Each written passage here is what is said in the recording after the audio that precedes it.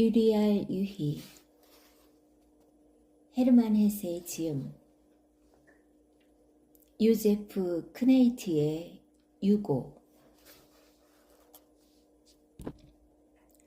학생 시절과 연구생 시절의 시 비탄 우리에게는 존재가 허락되지 않았지. 우린 흐름일 뿐이라. 기꺼이 온갖 형식으로 흘러들어가네.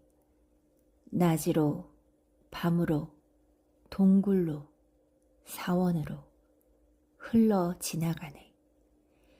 존재하고픈 갈망에 쫓겨서.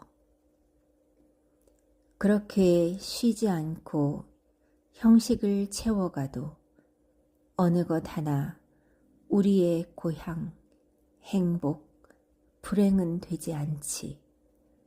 우리는 언제나 길 위에 있고 늘 손님이니 밭도 쟁기도 우리와 상관없고 우리에게선 곡식이 자라지 않네. 모르겠네. 신은 우리를 어찌하려 하시는지. 손에 든 진흙인 양 주무르고 계시구나. 말 없고 말랑하고 웃지도 울지도 않는 진흙. 빚어지긴 했으나 구워지진 않았구나. 언젠가는 돌로 굳어지리. 언젠가는 영속하리. 이런 동경 우리 가슴에 영원히 흘러가네. 그래도 영원히 남는 건 불안한 전율 뿐이니 우리 결코 길 위에서 쉴 수는 없음이라. 절충. 끝끝내 우기는 자들과 단순한 자들은 우리의 회의를 용납 못하지. 그들은 잘라 말하네. 세계는 평평하고 시면의 전설 따위는 헛소리라고. 이제껏 알고 지낸 정든 두 차원 말고 또 다른 차원들이 정말 있다면 거기서 우리 어찌 안전하게 살 수 있으리. 거기서 우리 어찌 마음 놓고 살 수 있으리. 그러니 평화를 얻기 위해선 하나의 차원은 없애버리자. 우기는 자들 말이 정말 옳다면, 시면을 들여다보는 게 그리도 위험하다면 제3의 차원이야 없어도 좋을 테니까. 그러나 우리는 남몰래 갈망하지.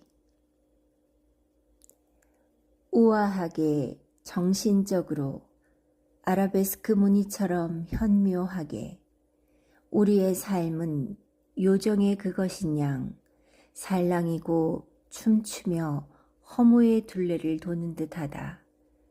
존재와 현재를 제물로 바쳐가며 숨결 불어넣어져 그리 맑게 울리는 꿈의 아름다움.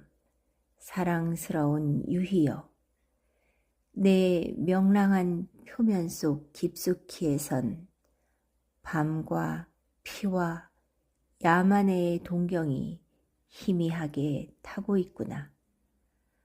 공허 속을 자유롭게 강요도 고난도 없이 우리의 삶은 돌고 있네. 언제나 유희할 준비가 된 채. 그러나 우리는 남몰래 갈망하지. 현실을, 생식과 탄생을, 번뇌와 죽음을.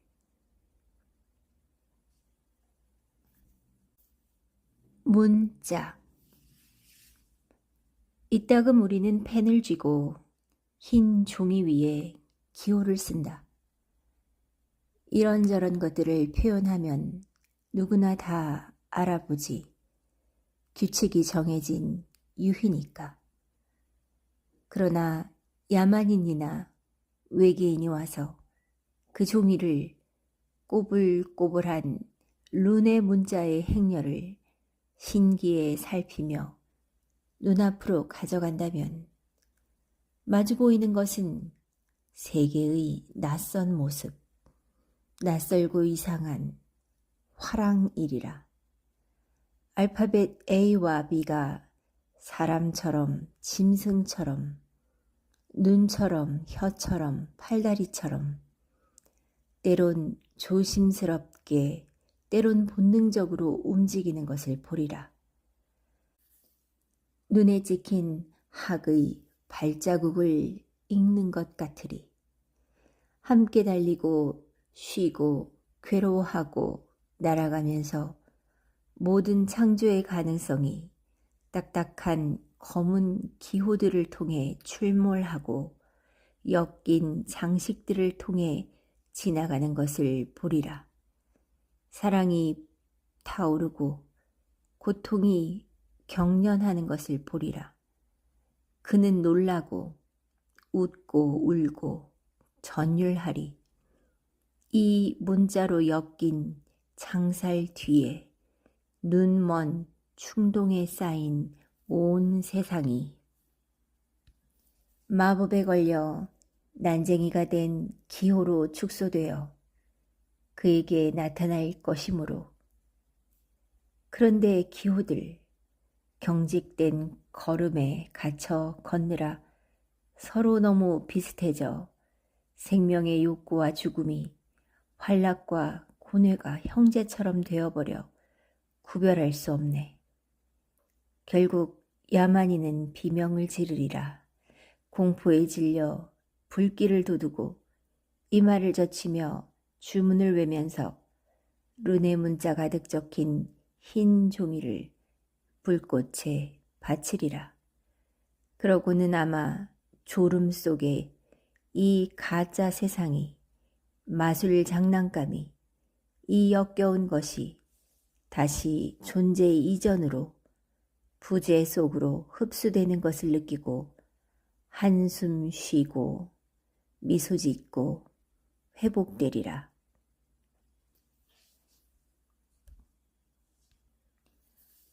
오래된 철학책을 읽으며 어제까지도 매력과 고귀함에 넘쳤던 세기의 결실인 심원의 사상들이 갑자기 빗바래고 시들어 의미를 잃는다.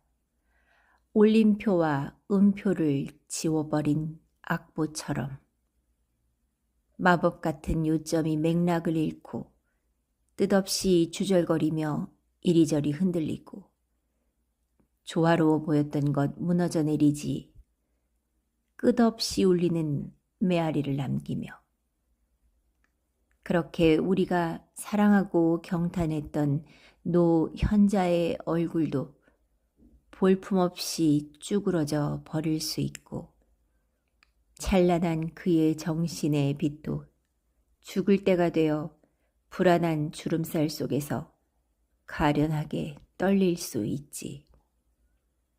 그렇게 우리가 느끼는 감각의 환희도 느끼자마자 불쾌로 바뀔 수 있지. 만물이 썩고 시들고 죽을 수밖에 없다는 것, 오래전에 이미 알고 있었다는 듯. 그런데 이 역겨운 시체의 골짜기에서 고통스러워하면서도 부패하는 일 없이 정신은 동경에 차 빛나는 횃불을 치켜들고 죽음과 싸워 스스로를 불멸케 하네.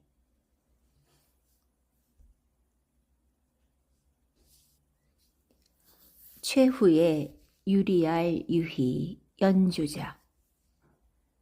자기 장난감 색색의 유리알을 손에 들고 그가 구부리고 앉아있네. 그의 주위엔 전쟁과 패스트로 황폐해진 나라가 있고 그 폐허에 댕댕이 덩굴 자라올라 속에서 벌들이 잉잉거린다. 지친 평화가 낮은 소리의 찬미가로 적막한 노년의 세상을 울리고 있구나. 노인은 색색의 유리알을 헤아린다. 이쪽에는 푸른 유리알과 흰 유리알을 쥐고 저쪽에는 큰 유리알과 작은 유리알을 골라서 고리에 꿰어 유히 준비를 갖추네. 한때 상징을 다루는 유희의 대가였던 수많은 예술과 언어의 명인이며 세상사에 밝고 널리 여행을 한 온 세상 끝까지 유명한 인물로 늘 제자와 동료에 둘러싸여 있었지. 그러나 지금은 늙고 쓸모없이 혼자 남아 그의 축복을 구하는 제자도 없고 그와 논쟁하려는 명인도 없네. 그들은 가버렸지. 가스텔리안에 사원도 도서관도 학교도 이제는 없네. 노인은 유리알을 손에 들고 황야에서 쉬고 있네. 한때 그 많은 뜻을 지녔던 상형 문자들. 이제는 그저 색색의 유리 조각에 불과하구나. 유리알들 천재의 손에서 소리 없이 굴러떨어져 모래 속으로 사라지네. 바흐의 토카타의 부처. 태초의 침묵이 굳고 암흑이 도사리고 있네.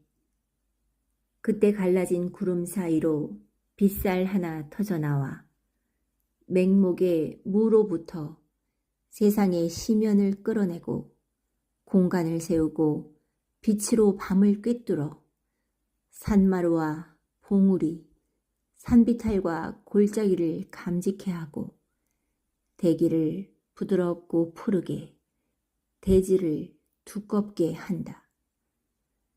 빗살이 싹 품은 것을 둘로 쪼개어 행위와 싸움으로 창조적으로 나누니 놀란 세계가 빛을 뿜으며 타오르네.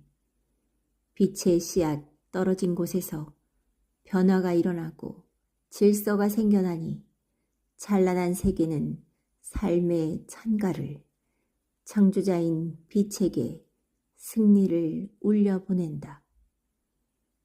그것은 되돌아서서 신을 향해 비약하고 삼라만상의 활동을 통해 아버지인 정신에게로 위대한 충동에게로 밀어닥치네. 쾌락과 고난, 언어와 형상, 노래가 되어 세계를 하나씩 구부려 대사원의 개선문으로 삼나니 그것은 충동이며 정신이며 투쟁이자 행복, 사랑이어라. 독일어 번역 알렉스 페이지.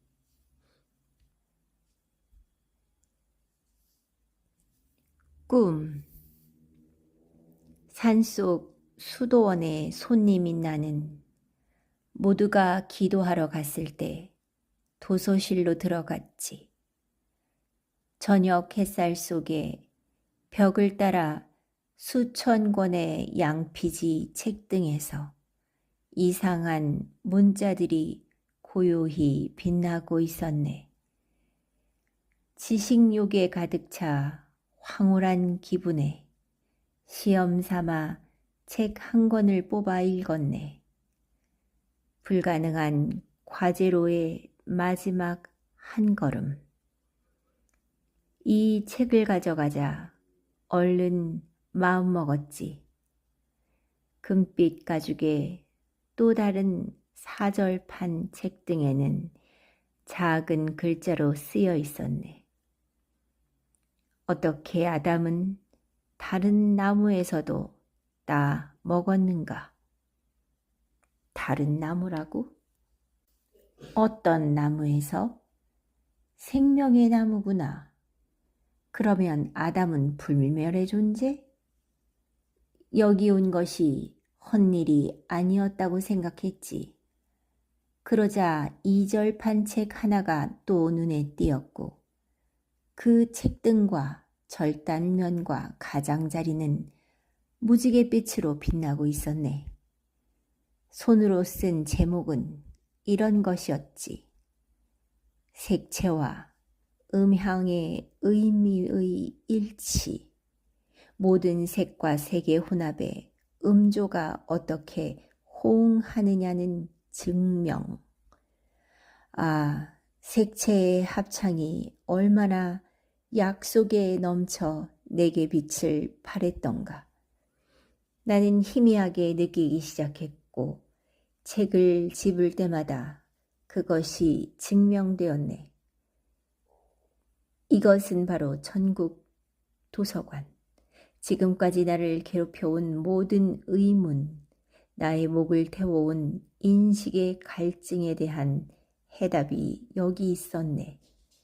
굶주린 모든 이에게 정신의 양식이 마련되어 있었네. 어느 책이든 얼핏 스쳐보아도 기대감을 안겨주는 제목 적혀 있었네. 거기에는 어떤 공경에도 대처할 방도가 있었네. 학생들이 예감하며 탐내던 열매를, 명인들이 대담하게 잡으려던 열매를, 온갖 열매를 거기에서 딸 수 있었네. 모든 지혜와 시와 학문의 가장 깊고 가장 순결한 의미가 모든 질문의 신비로운 힘과 그것을 푸는 열쇠와 말이 정신의 현묘한 진수가 거기에 전대미문의 신비로운 명저에 가득 담겨 있었네. 모든 종류의 의문이나 비밀을 푸는 열쇠가 거기 들어 있었고 신비로운 시간의 은혜를 받은 자에게 주어졌던 것이네. 그리하여 나는 떨리는 두 손으로 그 가운데 책 한 권을 독서대에 놓고 마법의 상형 문자를 해독했다네. 마치 전혀 모르는 일을 꿈속에서 장난삼아 해보다 성공했던 것처럼 나는 날개란 듯 날아들었지. 황도 12궁의 별이 빛나는 정신의 공간으로.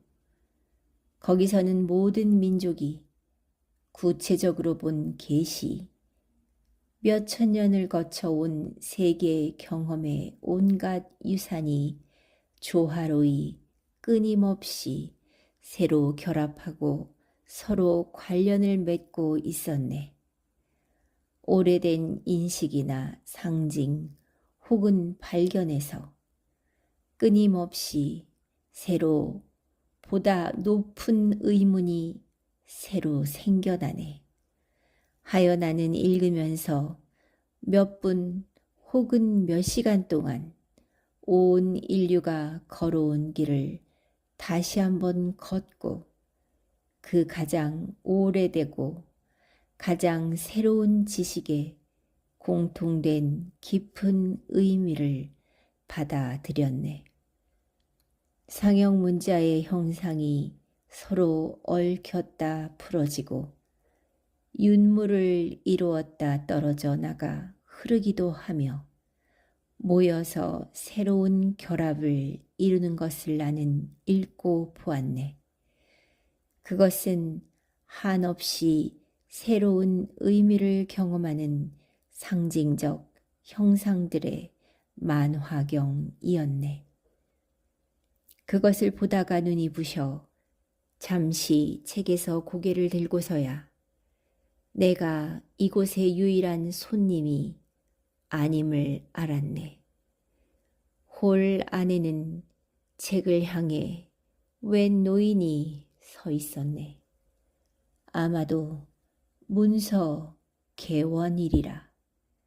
진지하게 열심히 익숙한 솜씨로 바쁘게 책들을 살펴보고 있었지. 그 열성적인 일의 종류와 의미를 아는 것이 내게는 아주 중요하게 생각되었네.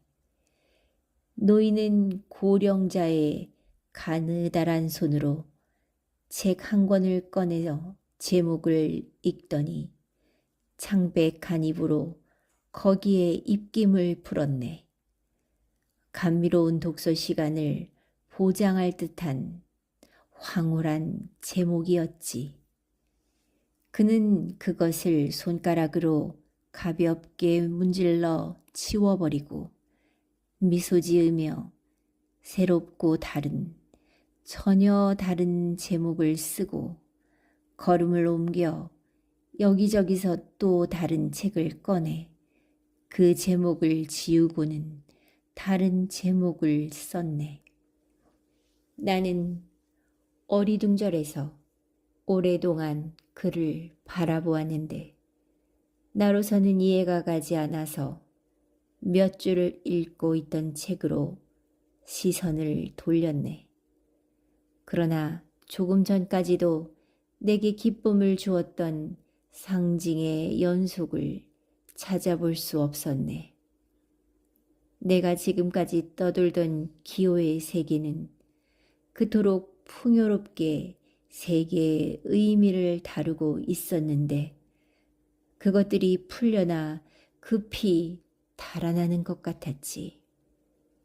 그것들은 흔들리고 맴돌며 흐려지는 것처럼 보이고 녹아 없어지고 텅 빈 양피지의 잿빛 미강 외엔 아무것도 뒤에 남기지 않았네. 어깨 위에 닿는 손길을 느끼고 쳐다보니 부지런한 노인이 곁에 서 있었네. 나는 자리에서 일어섰네. 미소 지으며. 그는 내 책을 집어들었지. 나는 오싹 소름이 끼쳤네. 그의 손가락은 지우개처럼 책 위를 미끄러져 갔지. 그리고 그의 펜은 텅 빈 가죽에 꼼꼼하게 한 글자씩 새로운 제목과 의문과 약속과 가장 오래된 의문의 가장 새로운 변형을 썼네. 그러더니 말없이 책과 펜을 들고 가버렸네.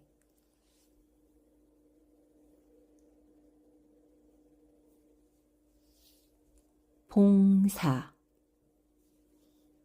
처음에는 경건한 제후들이 다스리고 있었네.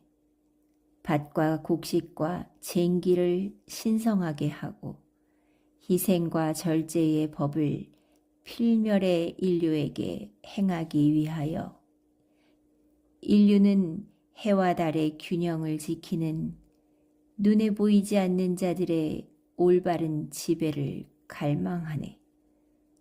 그들의 영원히 빛나는 모습은 괴로움도 모르고 죽음의 세계도 모르지. 신들의 자손이라는 신성한 혈통은 이미 오래전에 사라져버리고 인류만 홀로 남게 되었네. 존재에서 멀어진 채 쾌락과 고통에 비틀거리고 절제도 신성함도 없이 영원한 생성을 되풀이하며 그러나 참된 삶의 이해감은 결코 죽지 않았나니 기호의 유희와 비유, 노래를 통해 몰락하면서도 신성한 경외심의 경고를 지켜나가는 것은 우리의 사명. 언젠가 어둠이 사라지고 언젠가 시간이 방향을 바꿔 태양이 다시 신이 되어 우리를 다스리고 우리 손에서 재물을 받는 날이 올지도 모르니.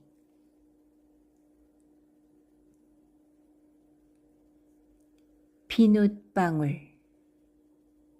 길고 긴 세월의 연구와 생각으로부터 한 노인이 뒤늦게 만년의 작품을 증류시키며 그 복잡한 덩굴 속에 장난삼아 많은 달콤한 지혜를 엮어 넣었네. 넘치는 정열을 못 이겨 부지런한 어떤 학생은 도서관과 문서고를 열심히 찾고 돌아다니며 야심을 불태워 천재적인 깊이 그윽한 청춘의 저작을 엮었네. 소년 하나 앉아서 집대롱을 불며 숨결로 오색영롱한 비눗방울을 만들고 있네. 비눗방울 하나하나 눈길을 끌며 찬미가처럼 찬양하고 소년은 온 마음을 부는 일에 쏟고 있네. 노인도 소년도 학생도 세 사람 모두 세상의 덧없는 거품 속에서 마술적인 꿈들을 만들고 있네. 그것 자체로서는 무가치해도 그 속에서 영원한 빛이 미소 지으며 자신을 알아보고 한결 즐겁게 타오르지.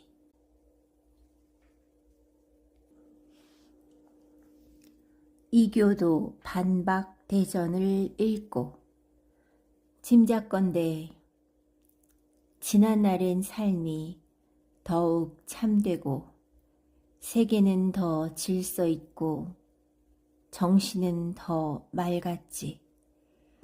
지혜와 학문은 아직 분리되지 않았네. 플라톤이나 중국인들의 책 여기저기서 옛 사람들에 대한 놀라운 기록을 읽고 있지. 그들은 더 충실하고 명랑하게 살고 있었네. 아, 우리는 토마스 아퀴나스의 정연한 논리의 전당으로 들어설 때마다 원숙하고 감미로우며 순수한 진리의 세계가 멀리서 우리를 부르는 것 같았지.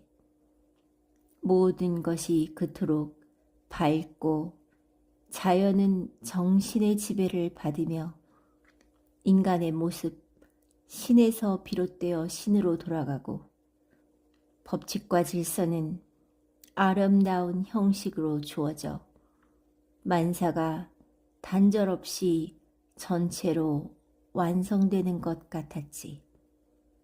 반면에 우리 후세의 인간들은 전쟁을 치르고 황야를 행군하며 의심과 신랄한 풍자나 일삼도록 저주받고 있네. 충동과 동경 외엔 주어진 것 없는 듯. 그러나 우리의 자손도 언젠가 우리와 똑같이 겪을지도 모르리. 그들 또한 우리를 광명으로 가득 찬 축복받은 현자로 볼지도 모르리. 왜냐하면 우리 삶에 얽힌 합창 속에서 오직 조화로운 여운만을, 고통과 싸움에서 타고 남은 아름다운 신화만을 듣게 될 것이기에 우리 가운데 가장 자기를 믿지 않고 가장 많이 묻고 의심하는 자야말로 아마 시대에 영향을 미치고 청년들을 교화하는 모범이 되리라. 자기 자신의 의욕을 품고 괴로워하는 자가 아마 언젠가는 복받은 자로서 부러움을 받으리라. 고뇌도 두려움도 몰랐던 자, 그 시대에 살았던 것 즐거움이겠으나 그 행복은 애들의 것과 다를 것이 없으니 우리 속에도 저 영원한 정신에서 나온 정신이 살고 있어 모든 시대의 정신을 형제라 부르니 오늘을 초월해 사는 것은 그 정신이지 너나 내가 아니리.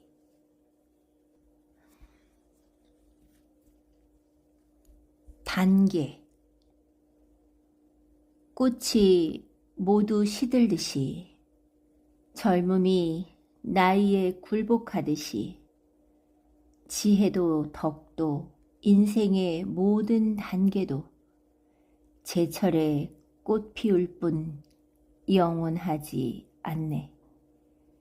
생의 부름을 받을 때마다 마음은 슬퍼하지 않고 용감하게 새로이 다른 인연으로 나아가도록 이별과 새 출발을 각오해야 하지. 그리고 모든 시작에는 이상한 힘이 깃들어 있어 우리를 지켜주고 살아가도록 도와준다. 공간에서 공간으로 명랑하게 나아가야지. 어디에도 고향인 양 매달려선 안 되네. 우주정신은 우리를 구속하고 좁히는 대신 한 계단씩 올려주고 넓혀주려 한다. 생의 어느 한 구역에 뿌리 내리고 친밀하게 길드는 바로 그 순간 나태의 위협 밀려오나니 떠나고 여행할 각오된 자만이 습관의 마비에서 벗어날 수 있으리.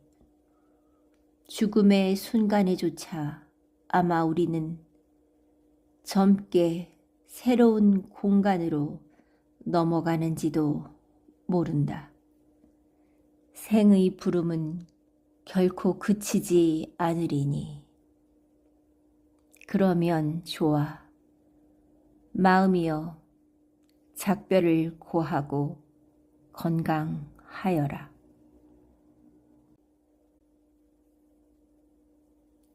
유리알 유희. 우주의 음악에 명인의 음악에 경건하게 귀 기울이며 축복받은 시대의 고귀한 정신들을 정결한 축제에 불러내려 하노라.